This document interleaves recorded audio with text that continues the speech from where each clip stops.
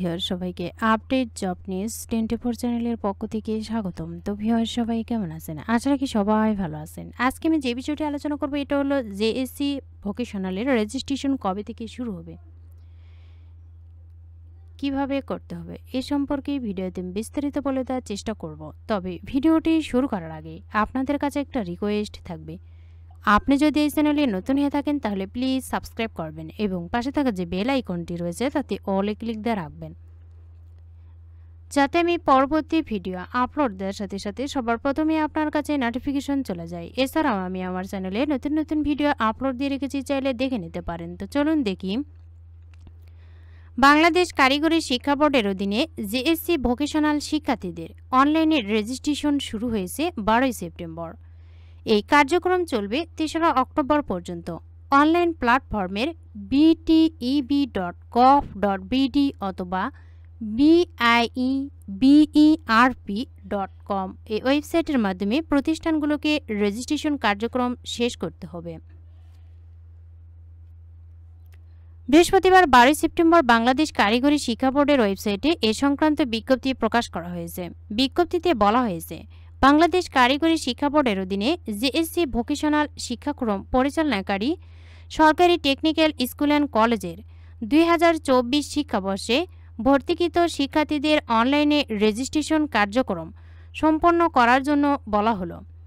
প্রতি শিক্ষার্থীকে registration fee 130 টাকা, ক্রীড়া ও সাংস্কৃতিক ফি 20 টাকা, রেড ক্রিসেন্ট ফি 24 টাকা।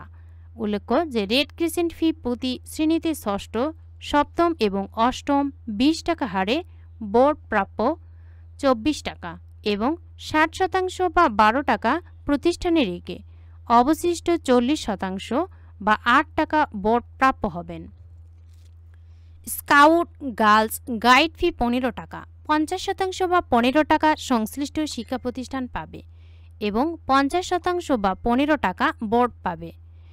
বিজ্ঞান ও প্রযুক্তি ফি 60 টাকা ও ভর্তি ফি 10 টাকা সহ সর্বমোট 206 টাকা হারে একত্রে প্রতিষ্ঠান প্রতি সোনালী পেমেন্ট গেটওয়ের মাধ্যমে দিতে হবে।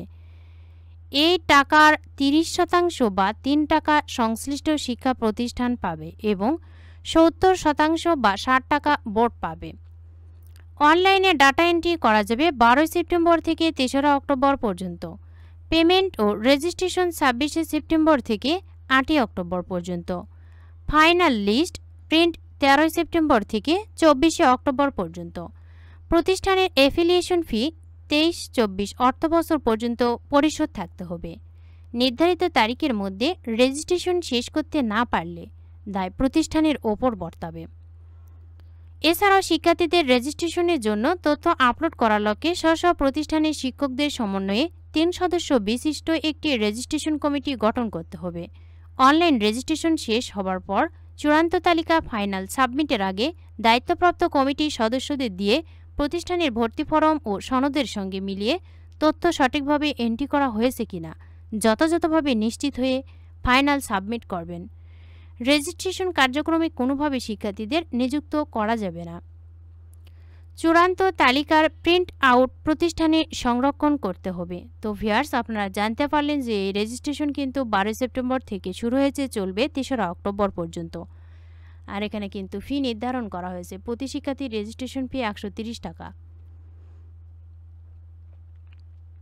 যারা এখনও রেজিস্ট্রেশন করেনি তারা রেজিস্ট্রেশন করে ফেলবেন। ভিডিওটি ভালো লাগলে অবশ্যই লাইক, কমেন্ট এবং শেয়ার করবেন। আরও নতুন নতুন ভিডিও পেতে চ্যানেলটিতে অবশ্যই সাবস্ক্রাইব করে রাখবেন। এতক্ষণ ধৈর্য সহকারে ভিডিওটি দেখার জন্য সবাইকে ধন্যবাদ। সবাই ভালো থাকবেন, সুস্থ থাকবেন। আবারও দেখা হবে নতুন কোনো ভিডিওতে। আজকের মতো এ পর্যন্তই। আসসালামু আলাইকুম।